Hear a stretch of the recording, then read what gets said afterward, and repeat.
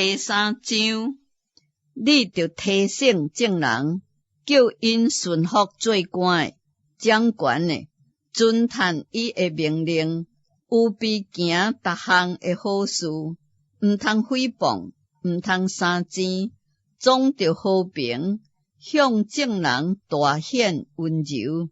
阮从前也是无知、悖逆、受迷惑，服侍逐项私欲甲宴乐，常常存恶毒、怨妒的心，是可恨的，各是彼此三分，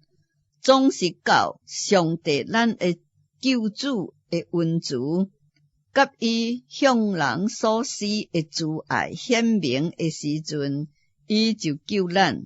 并毋是因为咱家己所行的义，就是照伊的怜悯，借着重生的水，甲圣灵的更新。圣灵就是上帝借着耶稣基督，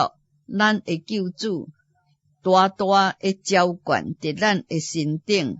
通互咱因为伊的恩得到称作义，通凭着永生的愿望，成做好事。这个话是通信的，我也愿恁将这个事切切实实的讲明，互遐个已经信上帝的人留心做正经的事业，这拢是好事，并且互人有利益，着远比无知的辩论甲家谱的空谈以及纷争，搁因为律法来起的三争，